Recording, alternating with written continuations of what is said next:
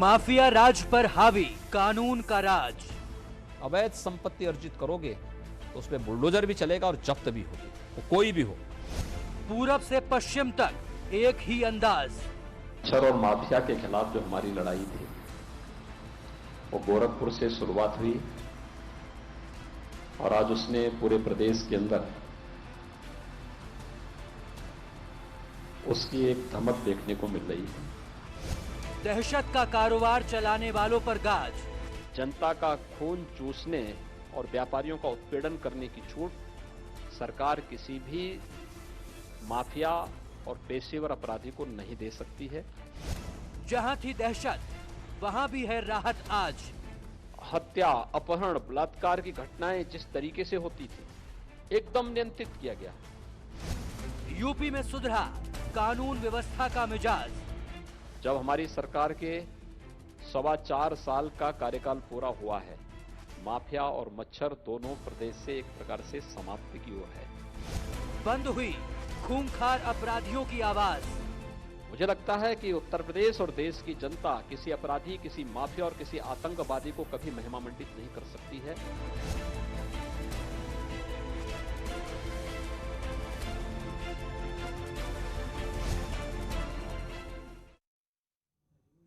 नमस्कार, स्वागत है आपका। आपके साथ मैं हूं अमित गर्ग शुक्ला। आजादी की 75वीं सालगिरह पर देश भर में जब अमृत महोत्सव मनाया जा रहा है तो उत्तर प्रदेश भी माफिया राज से आजादी का जश्न मना रहा है। मार्च 2017 में सत्ता संभालते ही योगी ने यूपी में काले कारनामे करने वालों पर हंटर चलाना शुरू कर दिया और अब 4.25 साल पहले लिया गया संकल्प सफलता में तब्दील हो रहा है। राज्य के हर हिस्से में संगठित अपराध पर कड़ा प्रहार किया गया। माफिया राज की कमर तोड़ने के लिए हर वो कदम उठाया गया जिसकी इजाजत कानून देता है।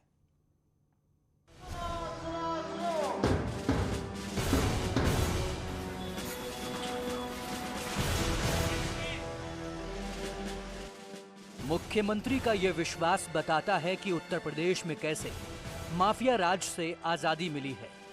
2017 में सत्ता संभालते वक्त राज्य में माफिया तंत्र हावी था, मगर योगी सरकार ने इसके खात्मे का संकल्प लिया और माफिया का सफाया करके दिखाया।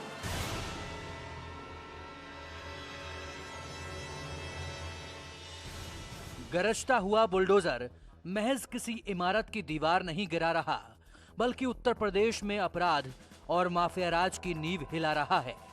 बीते 4.5 साल से यूपी के हर कोने में ऐसा ही हो रहा है।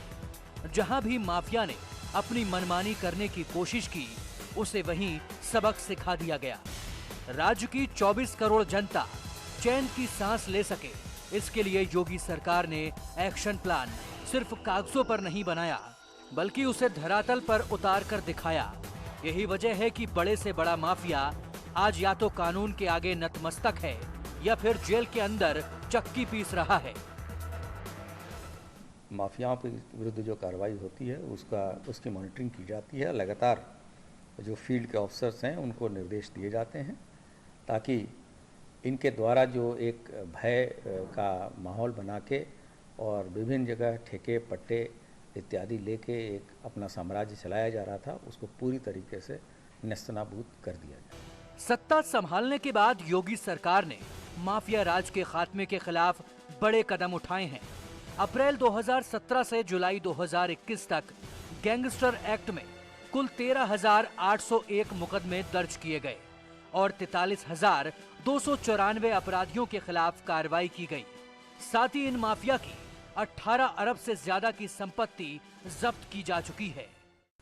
अप्रैल 2017 से जुलाई 2021 के बीच अब तक गैंगस्टर एक्ट के अंतर्गत 13,801 अभियोग पंजीकृत करते हुए 43,294 अपराधियों के विरुद्ध कार्रवाई की गई है और इन अपराधियों के विरुद्ध 14(1) के गैंगस्टर एक्ट के अंतर्गत कुल 18 अरब 48 करोड़ 52 लाख रुपए के लगभग की चल अचल संपत्ति का जब्तीकरण किया गया। योगी सरकार ने राजधानी लखनऊ में भी माफिया के खिलाफ अभियान चलाया और उन तमाम लोगों के खिलाफ एक्शन लिया जो किसी जमाने में सत्ता की हनक दिखाकर काले कारोबार का जाल बिछाते थे। कानून का राज कायम करने की सरकार की मंशा का अंदाजा इसी बात से लगाया जा सकता है कि राजधानी में मुख्तार अंसारी की करोड़ों की संपत्ति पुलिस ने जब्त कर ली। सरकारी सील, सरकारी फरमान, ये आदेश है कि मुख्तार अंसारी की पत्नी अफशा अंसारी की यह संपत्ति अब जब्त कर ली गई है। अब ये सरकार के कब्जे में आ जाएगी। डीएम गाजीपुर के निर्देश पर गैंगस्टर एक्ट के तहत जब्त करने की कार्रवाई अंतिम दौर में है। माफिया के खिलाफ कार्रवाई का सरकारी हंटर पूर्व दर्जा प्राप्त मंत्री मोहम्मद इकबाल और उसके पिता अजमत अली पर भी चला। गैंगस्टर एक्ट के तहत इनकी 254 करोड़ की संपत्तियों को जब्त कर लिया गया। राजधानी लखनऊ में करियर के नाम से उनका medical college, PG college, degree college, convent college, dental college जैसे कई संस्थान खुले थे। मामूली नौकरी करने वाले अजमत अली ने चंद वर्षों में ही करोड़ों की संपत्तियां बना ली थीं। राजधानी के लालबाग इलाके में अवैध तरीके से बनाए गए आलीशान ड्रैगन मॉल को भी प्रशासन ने ध्वस्त कर दिया। ड्रैगन मॉल के मालिक मोहम्मद सलीम पर आरोप है कि उसने कॉलेज के नाम पर मिली जमीन का व्यावसायिक इस्तेमाल कर मॉल बनाया। योगी सरकार का मकसद राज्य में कानून का पालन कराना है और सबको बराबरी का हक दिलाना है। लिहाजा अपने बाहुबल और धन बल की बदौलत नियम कायदे ताक पर रखने वालों को सबक सिखाया जा रहा है। सरकारी कार्रवाई की इसी जद में बीएसपी के पूर्व सांसद दाऊद अहमद की अवैध संपत्ति भी आई। दाऊद अहमद ने रिवर बैंक कॉलोनी में अपने ओहदे का गलत इस्तेमाल करते हुए 5 मंजिला इमारत बनाई थी, मगर प्रशासन ने उसे गिरा दिया। आपको ये जो मलबा दिखाई दे रहा है, कुछ दिन पहले तक यहाँ पर एक आलीशान 5 मंजिला इमारत खड़ी थी। ये इमारत बसपा के पूर्व सांसद दाऊद की जमीन पर बनी थी। सरकार की तरफ से की गई ताबड़तोड़ कार्रवाई से साफ है कि माफिया की जड़ें हिल चुकी हैं और अब उत्तर प्रदेश में सिर्फ कानून का राज है। यहाँ कानून से खिलवाड़ करने की इजाजत किसी को नहीं दी जा सकती। ऋषभ मणि, न्यूज़ 18, लखनऊ।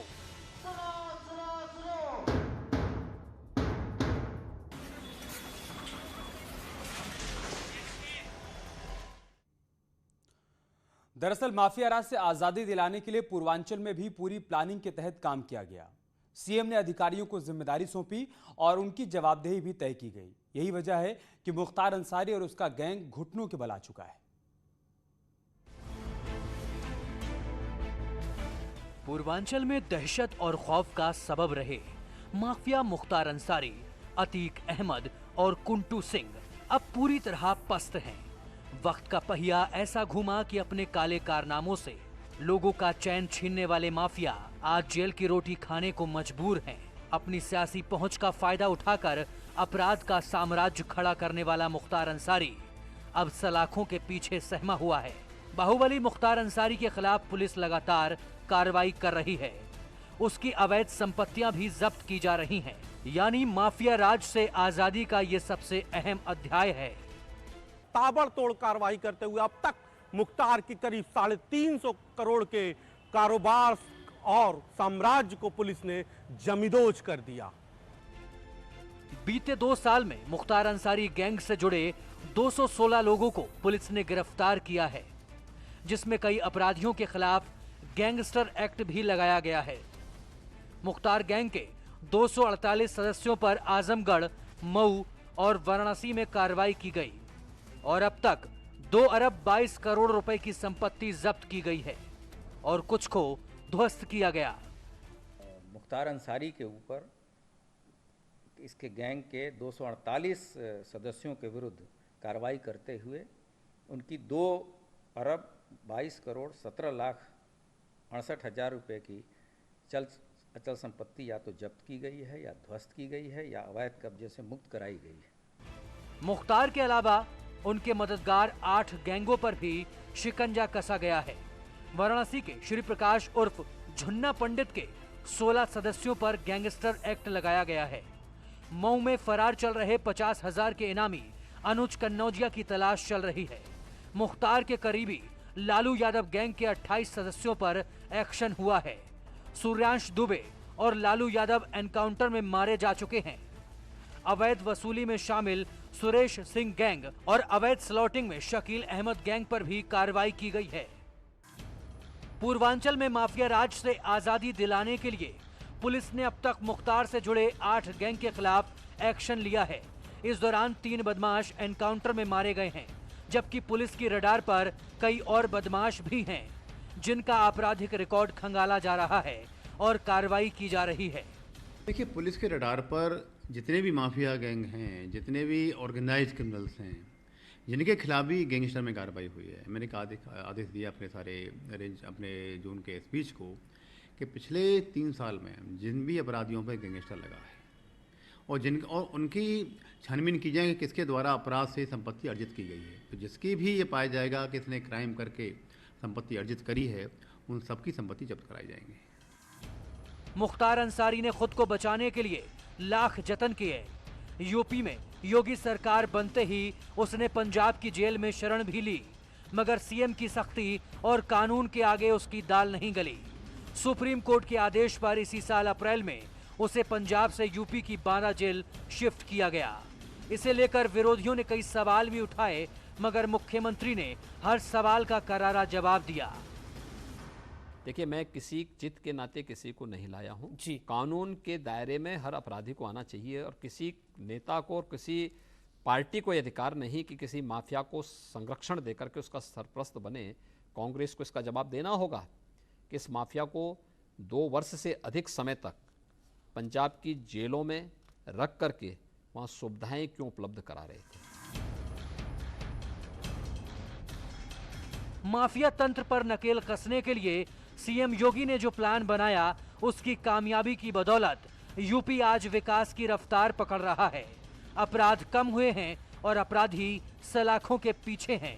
यानी माफिया राज से आजादी के लिए जो मुहिम चलाई गई थी, वो रंग लाई।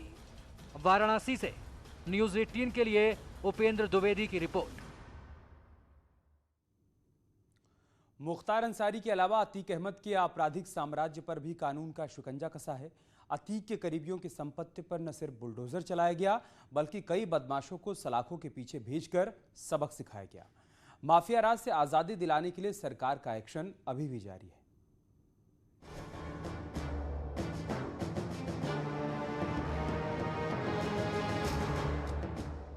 संगम नगरी से अपने आपराधिक संसार को संचालित करने वाला माफिया अतीक अहमद भी आज अपने कारनामों का अंजाम भुगत रहा है।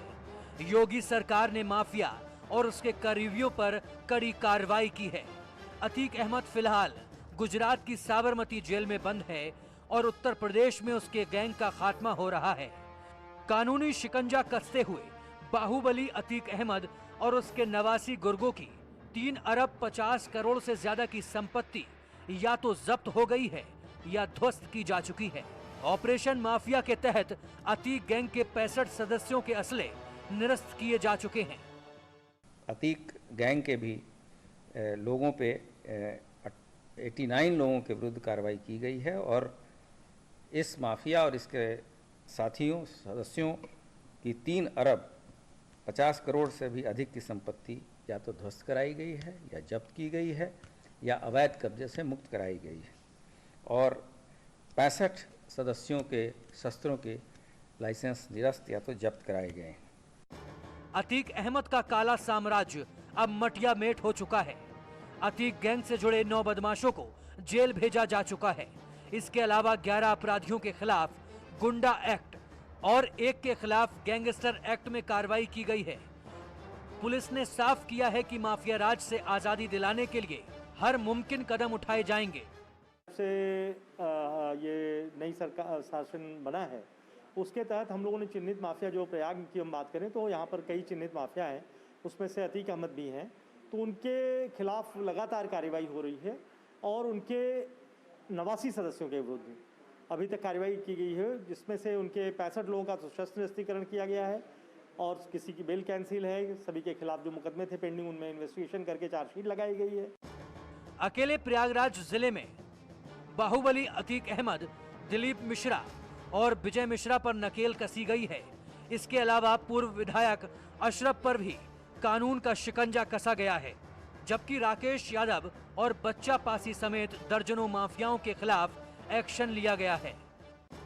उत्तर प्रदेश को अपराध और अपराधियों से आजादी दिलाने के लिए योगी सरकार ने मुहिम चलाकर काम किया है, जिसका असर राज्य के हर हिस्से में देखने को मिला है। योगी सरकार ने माफियाओं और अपराधियों के खिलाफ जो अभियान छेड़ रखा था, उसके तहत अतीक अहमद के गैंग और उसके करीबियों के खिलाफ 89 लोगों के खिलाफ 3 अरब 50 करोड़ की कार्रवाई की गई है और उसके 65 सहयोगियों के असलहे भी निरस्त करने की कार्रवाई की गई है। तो ये कहा जा सकता है कि जिस तरह से देश आज़ाद हुआ, तो योगी सरकार ने माफियाओं से भी हमें आज़ादी दिलाई है। अपने सहयोगी ज्योतिराव फूले के साथ सर्वेश दुबे, न्यूज़ 18 प्रयागराज।